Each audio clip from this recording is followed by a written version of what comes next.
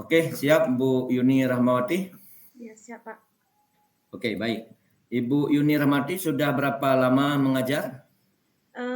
Kurang lebih 6 tahun, Pak. 6 tahun di sekolah mana? Di SMA Negeri 1 KW 16, Kecamatan KW 16, Kabupaten Aceh Barat, Pak. Ibu dari Melabuh ya? Iya, Pak. Oke, dari Aceh Barat sudah mengajar selama 6 tahun. Ibu sudah pegawai negeri? Sudah ASN PPK, Pak. Oh ya, alhamdulillah. Ini nanti mudah-mudahan bisa menjadi guru yang profesional ya. Amin, Pak. Karena masih masa depannya masih sangat cerah nih. Mudah-mudahan bisa terlaksana. Oke, baik Ibu Yuni Rahmawati mengajar di kelas berapa, Ibu? Saya mengajar di kelas 10 dan kelas 11, Pak. Kelas 10 dan kelas 11 dengan pelajaran pendidikan agama Islam dan budi pekerti itu ya. Iya, Pak. Oke, baik Ibu Yuni Rahmawati. Kita sebagai seorang guru PAI ini harus memang betul-betul kita memahami dan bisa membaca Al-Quran dengan baik. Silakan Ibu Yuni Rahmawati baca 3 ayat suci Al-Quran dengan bacaan yang bagus. Ya, silakan Bu. Baik, Pak. A'udzu billahi minasyaitonir rajim. Bismillahirrahmanirrahim.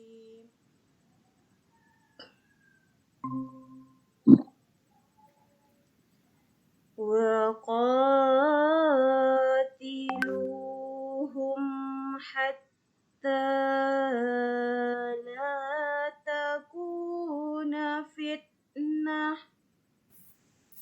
لا تكون فتنة ويكون الدين لله فإن انتهوا فلا عدوان إلا على الظالمين.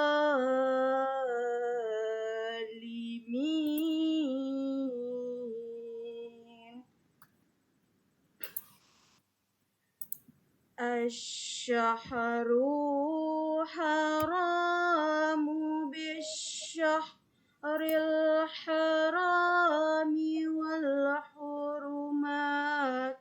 قصاص فمن اعتدى عليكم فاعتدوا عليه بمثل ما اعتدى عليكم واتقوا الله واعلموا أن الله مع المتقين وأنفقوا في سبيل الله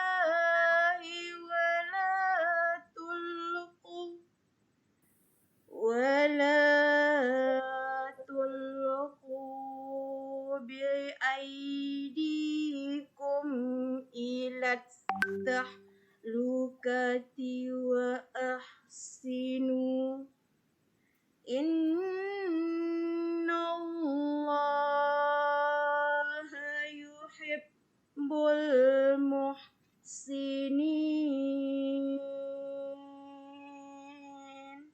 Sadaqallahul azim. Oke, baik Ibu Yuni Rahmawati. Ibu di rumah ada mengajar ngaji? Tidak ada, Pak. Tidak ada. Kalau di sekolah sering memimpin pengajian? Di sekolah kadang-kadang kami, Pak, ada program untuk anak-anak yang tidak bisa mengaji, Pak ya.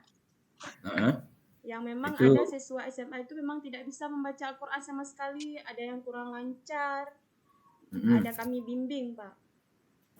Kalau misalnya bagi siswa-siswa yang tidak bisa membaca Al-Quran itu, apa yang Ibu lakukan? Saya bimbing Pak, saya usahakan bagaimana caranya mereka saya suruh mengaji sehingga mereka bisa mengaji lagi Pak, membaca Al-Quran. Itu dilakukan di sekolah ataupun di luar jam pembelajarannya? Di luar jam pembelajaran biasanya Pak. Biasanya satu ayat saya suruh baca setiap saya masuk kelas. Kemudian nanti kami ada program bersama guru PAI lain Pak. Ada program memperbaiki bacaan Al-Quran itu di jam luar sekolah Pak, di jam pulang sekolah jam 3 sampai jam 4 sore biasanya Pak.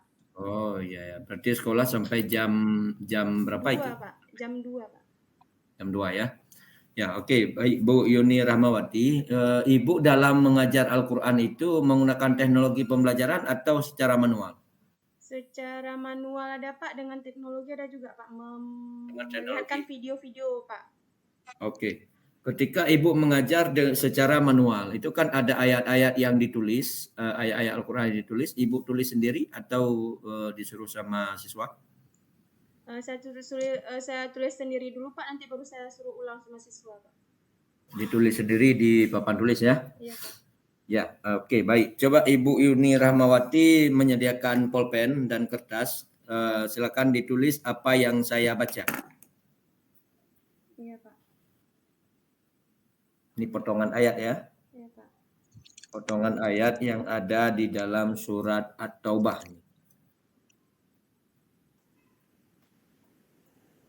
Siap Ibu Yuni? Siap Pak. Ya, silakan ditulis. Wa in tabu, ditulis dengan bagus ya, ditulis dengan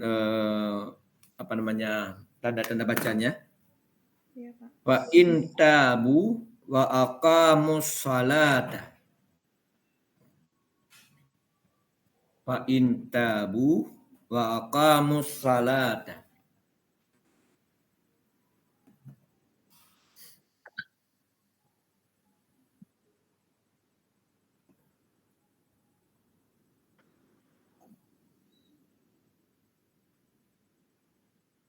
Bentar Pak ya, saya ulangi dulu, salah nih. Oke. Fa in tabu wa aqamus salata. Fa in tabu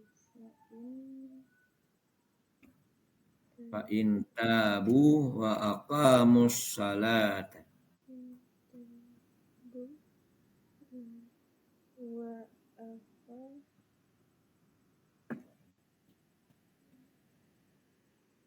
Wa aqamus salata Pak ya. Ya. Fa in tabu wa aqamus salata.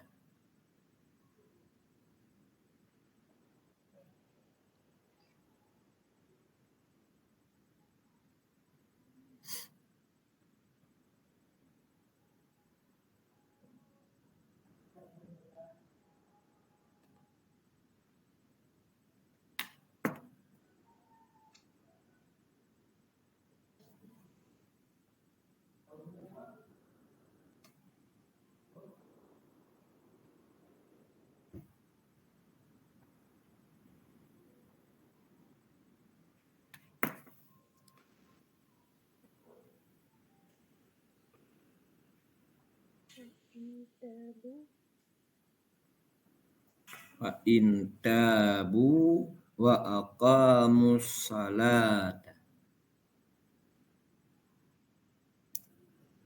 Apakah Bu Yuni?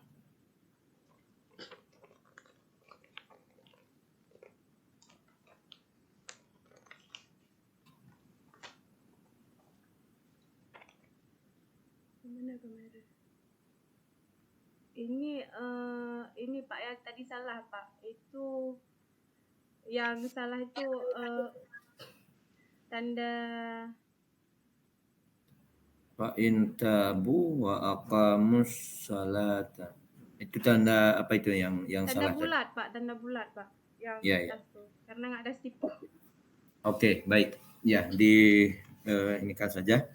Oke, baik Ibu Yuni Rahmawati, ini mohon diperhatikan betul di dalam tata cara penulisan ayat Al-Quran ya, karena kita selaku seorang guru pendidikan agama Islam, karena semua materi yang kita ajarkan dalil-dalilnya dari sana, dari Al-Quran dan hadisnya ya. Ya, oke, baik Bu Yuni, kita lanjutkan lagi dengan struktur keilmuan PAI ya. Struktur keilmuan PAI di dalam materi yang sudah kita pelajari, Bu Yuni masih ingat ada berapa dia? Materi yang dipelajari di sekarang Pak? Enggak, di dalam struktur keilmuan PAI itu kan ada nama modul satu, struktur keilmuan PAI. Ada 4 Pak. Itu ada berapa struktur keilmuan PAI itu? Ada 4 Pak. Apa-apa saja? Ada Al-Quran hadis, ada akidah akhlak, ada fikih, ada SPI sekarang sejarah peradaban Ya, Islam atau sejarah sejarah kebudayaan Islam. Islam. Ya.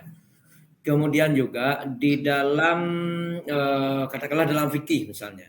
Itu fikih kan ada juga modul yang kemarin ketika kita berbicara tentang pemerintahan dalam Islam. Pemerintahan dalam Islam, coba Ibu Yuni sampaikan sedikit tentang pemerintahan dalam Islam itu bagaimana? Baik Pak, pemerintahan dalam Islam itu harus merangkup ke segala aspeknya Pak. Jadi tidak hanya dalam aspek pemerintahan di kalangan atas aja Pak, jadi harus merangkup atau merangkul aspek-aspek masyarakat ke bawah Pak. Artinya harus memperhatikan bagaimana keluh kesah masyarakat yang di bawah Pak, apa aja yang harus diterapkan. Menurut saya Pak, kalau misalnya pemerintahan dalam Islam, menurut saya adalah pemerintahan yang bagus. Itu sesuai dengan syariat Islam, adalah pemerintahan yang menerapkan memang sistem khilafah Pak ya. Khilafah itu memang benar-benar menerapkan sistem pemerintahan sesuai tuntutan syariat Islam, bukan sistem pemerintahan yang sekarang Pak, tidak adil dan hanya memihak kepada golongan atas saja Pak. Artinya hukum tuh kalau dari zaman sekarang itu hukum tumpul ke atas tajam ke bawah. Berbeda dengan pemerintahan Islam yang sebenarnya ada khalifah yang memimpin kalau misalnya dalam Islam, kemudian ada sistem pemerintahan khilafah, yaitu pemerintahan dengan sistem Islam. Jadi aturan-aturannya sesuai dengan Al-Quran, hadis dan sunnah. Bagaimana kalau dengan sistem syura? Syura bagus Pak. Syura itu sistem musyawarah Pak. Artinya ketika ada suatu permasalahan, mereka memusyawarahkan, berkompromi di suatu tempat untuk menyelesaikan permasalahan tersebut. Jadi kalau misalnya sistem pemerintahan Islam itu memang ada sistem syuranya Pak. Ada permusyawaratan, musyawarah Pak ya. Oke, baik. Kemudian kalau kita melihat di dalam fikih juga ada istilahnya bunga bank dan rente. Itu bagaimana menurut Bu Yuni? Kalau menurut saya Pak, bunga bank itu tidak diperbolehkan, haram hukumnya, dan bunga bank itu termasuk riba Pak. Tapi sekarang memang tidak diperbolehkan Pak kalau menurut saya bunga bank termasuk riba. Bukan orang yang mengambilnya saja Pak, orang yang mencatat, orang yang menyaksikan itu termasuk kepada hukum riba. Mereka menanggung dosanya juga Pak. Oke, baik.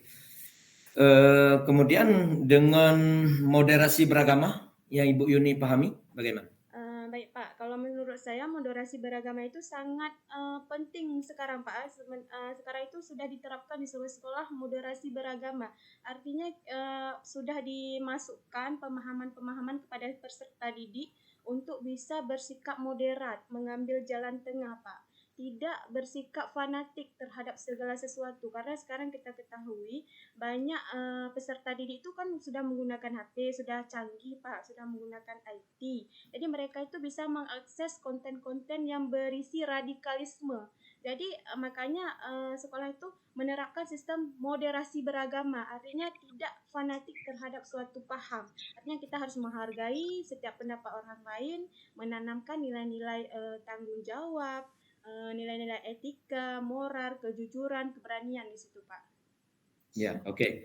Kemudian kalau dengan P5 PPRA, Bu Yuni pernah lakukan? Pernah Pak. Di sekolah saya sudah pernah dilakukan P5 Proyek Penguatan Profil Pelajar Pancasila Pak.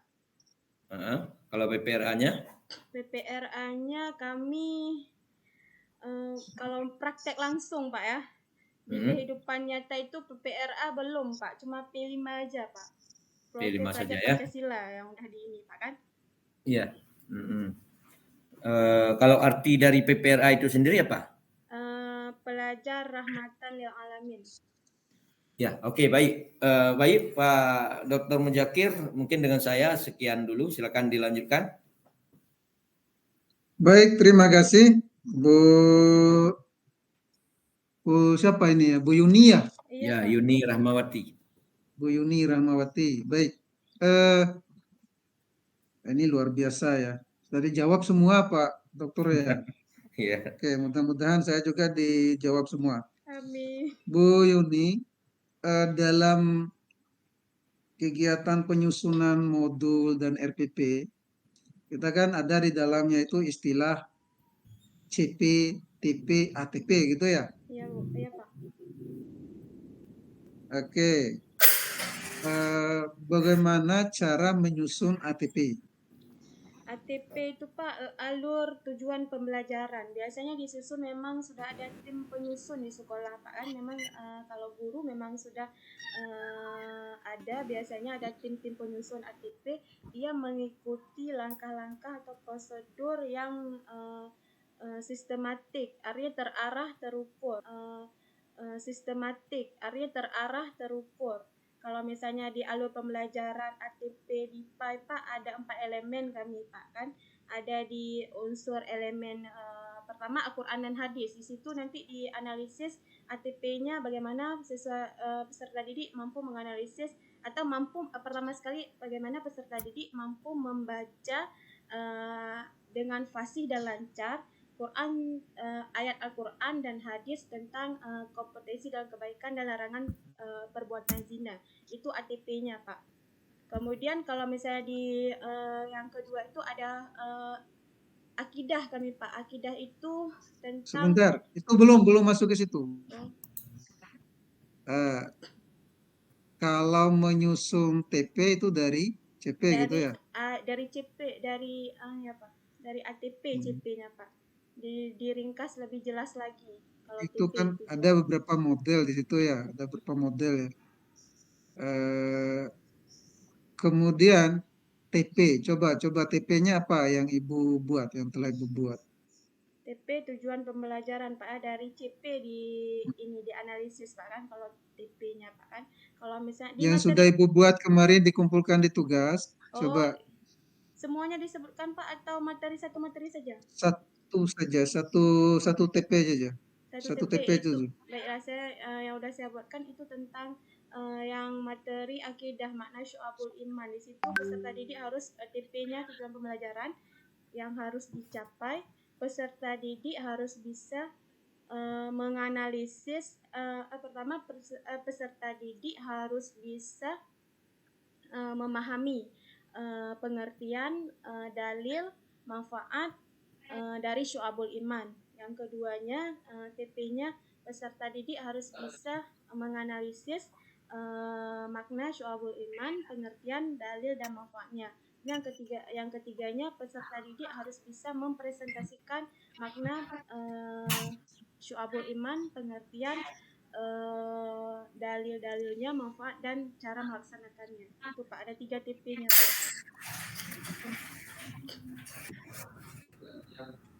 Baik, untuk TP yang kedua tadi menganalisis ya. Iya, Pak. Peserta didik mampu menganalisis tadi ya. Iya, Pak. TP-nya apa? TP-nya itu, Pak. ATP-nya, maaf. ATP-nya Iya. Alur tujuan pembelajarannya peserta ATP-nya peserta didik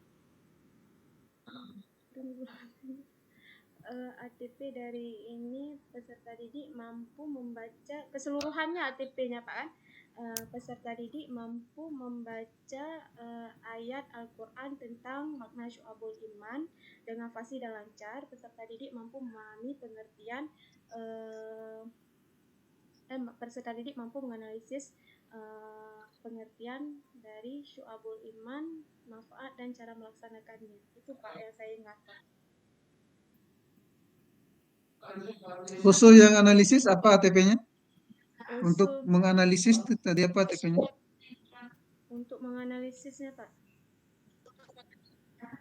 Untuk Oke. menganalisisnya, peserta didik disajikan ini Pak, soal teks-teks dan disuruh menganalisis teks tersebut, wacana-wacana, dan disuruh menganalisis dari wacana tersebut. Tentang wacana Tentang tentang ini manfaat dari Syu'abul Iman, dan tentang nanti disajikan wacana seperti menyantuni anak yatim. Itu apakah termasuk ke dalam macam-macam Syu'abul Iman? Seperti itu Pak. baik. Ini maksud saya gini, kenapa ini penting? Karena kalau kita tidak paham menyusun tujuan pembelajaran dan TP dan ATP akan bermasalah. Kira-kira seperti itu.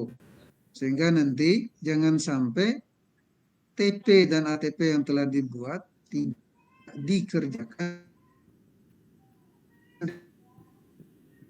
tentang pembelajaran, itu maksud saya. Oke. Dan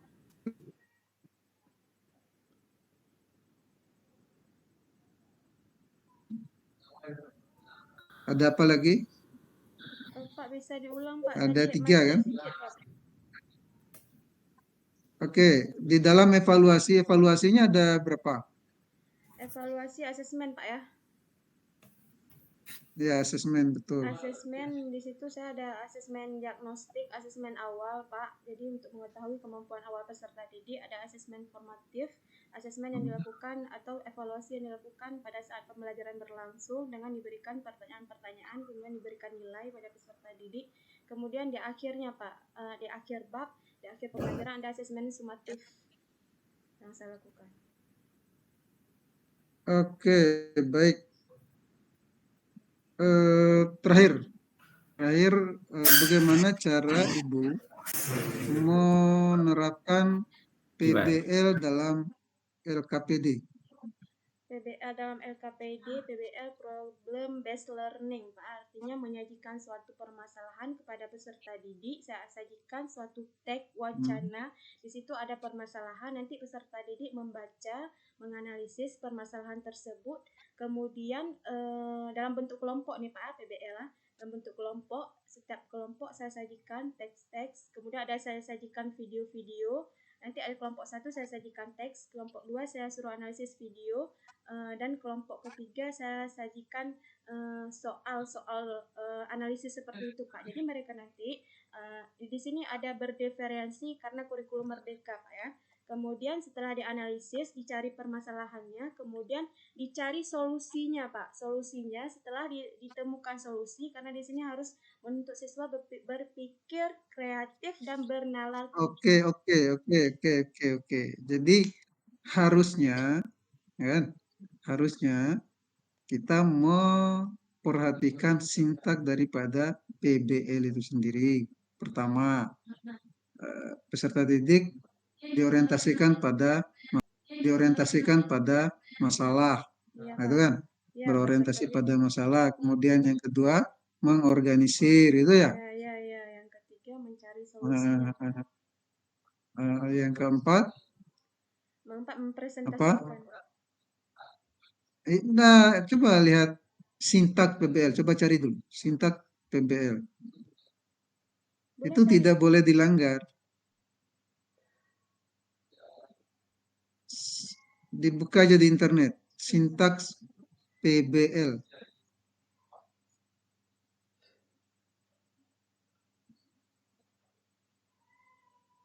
Orientasi pada siswa pada masalah, organisasi siswa belajar, membimbing penyelidikan individual maupun kelompok.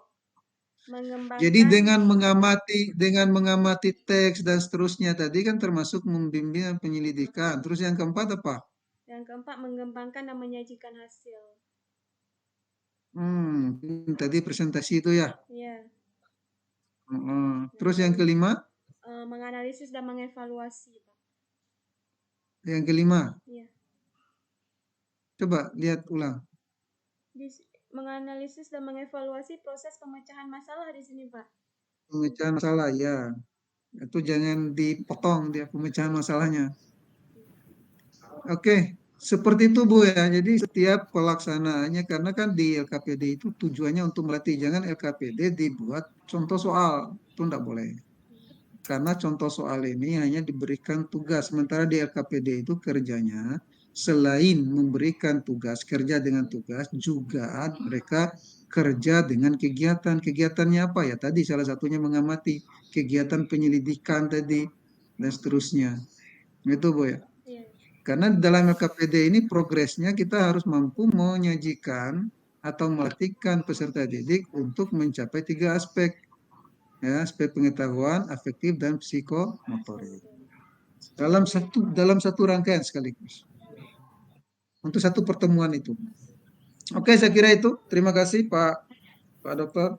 Ya, oke. Makasih Pak Dr. Muzakir dan juga Bu Yuni Rahmawati. Ini alhamdulillah sudah berlangsung dengan sangat baik ya.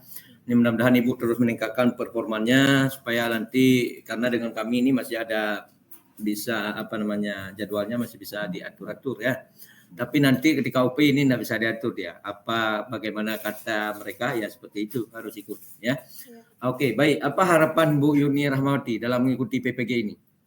Harapan saya Pak bisa jadi guru yang profesional Pak dan bisa menerapkan dalam saya mengajar. Oke. Nah, pertanyaan saya satu saja lagi. Selama dalam kita mengikuti modul-modul pembelajaran dari modul pertama itu sampai dengan hari ini, itu modul profesional dan modul pedagogik itu ada 12 modul. Kira-kira berapa persen yang sudah Ibu kuasai tentang pembelajaran itu?